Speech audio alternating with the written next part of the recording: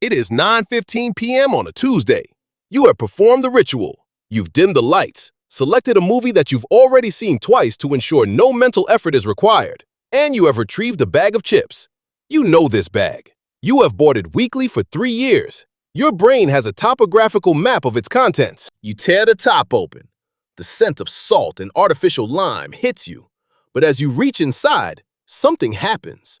Or rather, nothing happens. Your hand enters the foil cave, and your fingers keep descending.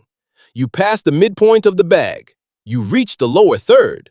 Finally, near the very bottom, your fingertips graze a jagged edge. You pull out a single, lonely chip. You look down into the bag. It is a vast silver canyon of nitrogen with a small sediment of potato at the base. You aren't even hungry anymore. You're just confused. You check the front of the bag. The logo is the same. The bright red banner still promises party size. But your hand knows the truth. Your hand just traveled 3 extra inches to find food that used to be at the top. This is the beginning. This is the moment the contract between you and the grocery store was quietly set on fire. My name is Elias Thorne, and I spend way too much time thinking about how money actually behaves. If you've ever felt like things cost more but somehow give you less, this video is for you. We are going to examine the 3 escalating stages of shrinkflation grief, moving from that initial confusion to the realization that you are being professionally gaslit by a bag of chips. What we just described is stage 1, anticipation colliding with confusion. This is the stage where the consumer still trusts the brand. You assume that if the price hasn't moved, the product hasn't moved. In psychology, we call this anchoring. Your brain is anchored to the $5.49 price tag.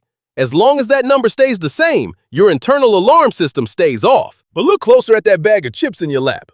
5 years ago, that family-sized bag weighed 10 ounces. Today, it weighs 8.1 ounces. On the surface, it's just 2 ounces. Who cares about 2 ounces? But do the math. You've lost 20% of the product. If the price stayed at $5.49, the unit price, the only number that actually matters, just jumped from 54 cents an ounce to 67 cents an ounce. That is a 24% price hike that didn't require a single change to the sticker on the shelf. Companies know you aren't a math prodigy while you're walking down aisle 4. They rely on the just noticeable difference threshold. If they raised the price to $6.80, you'd leave the bag on the shelf and buy the store brand. But if they take away 10 chips and fill the gap with nitrogen, your brain barely registers the shift. You just think you're having a low chip day. This is where the frustration starts to simmer. You start noticing that the cereal box is slightly taller but significantly thinner. It's a cardboard optical illusion designed to take up the same face space on the shelf while hiding the fact that its profile goes from a rectangle to a sliver. You are paying for the silhouette of a product. Then we move into stage 2. This is realization. This is the moment the confusion turns into the feeling that you've been pickpocketed. Imagine you've bought a package of premium chocolate biscuits. You peel back the plastic film expecting a solid wall of cookies. Instead, you see a plastic tray. But it isn't just a tray. It's an architectural marvel of deception. There are 3 cookies on the left, 3 on the right, and in the middle, a massive raised plastic spacer, an intentional molded void. You lift the tray out of the box. You turn it over. The bottom of the plastic is indented, pushing upward to displace the space where 2 more cookies should be. The manufacturer spent tens of thousands of dollars on engineering a piece of plastic specifically designed to occupy space without providing value. This isn't a mistake. It isn't a supply chain issue. It is a deliberate structural lie. Here's what most people don't realize. The packaging is often more expensive to change than the product itself.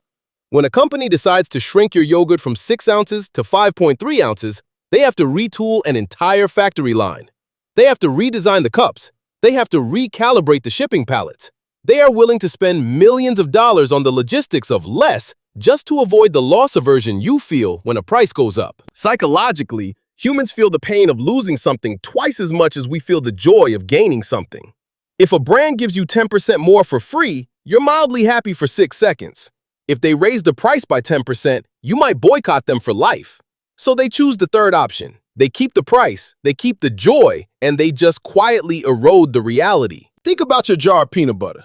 If you were to scrape it clean and look at the bottom, you might see a deep conical indentation. That dimple isn't there for structural integrity. It's there because if you display zero point 0.5 ounces of peanut butter in a million jars, you've just saved 500,000 ounces of product. At scale, the void is profit, and the void is what you're currently spreading on your toast. This brings us to stage 3, comparison and acceptance. This is the darkest stage because it's where we stop fighting and start forgetting. Imagine placing 2 candy bars on a white table. On the left is a king-size bar from 2024. On the right is the 2026 version. You take a magnifying glass and hover it over the wrappers. On the old bar, the weight is 3.1 ounces. On the new one, it's 2.4 ounces. But under the magnifying glass, you see the real insult. The new wrapper says, "New look, same great taste." The new look is just a distraction. It's the shiny object used by the magician while his other hand is reaching into your wallet. This is where it gets really interesting. Over time, our memory of what a normal size looks like begins to fade. This is called normalization. Now you might be thinking, Elias, it's just a candy bar. Inflation happens. Ingredients cost more. And you're right, sugar is up, labor is up. But the Consumer Price Index, the number the government uses to tell us how much inflation is hurting, often struggles to capture this accurately. If a candy bar stays $2 but shrinks by 20%, the price hasn't technically changed in many basic tracking models, even though your cost of living just effectively spiked. Between 2021 and 2024, the price of household paper products, toilet paper, paper towels, didn't just go up. The rolls got narrower and the sheets got thinner. We are literally paying more for less surface area to do the same job. We have reached a point where we are subsidizing corporate earnings with the literal fabric of our daily lives. The math of stage 3 is brutal. If you buy 50 items a week and each one has been optimized by 5% to 10%, you are losing several $100s a year to the void. You are working the same hours for a currency that buys a smaller and smaller percentage of a calorie. So what do? Do we just stand in the aisle and scream at the yogurt? Tempting, but ineffective. First, you have to kill the anchor.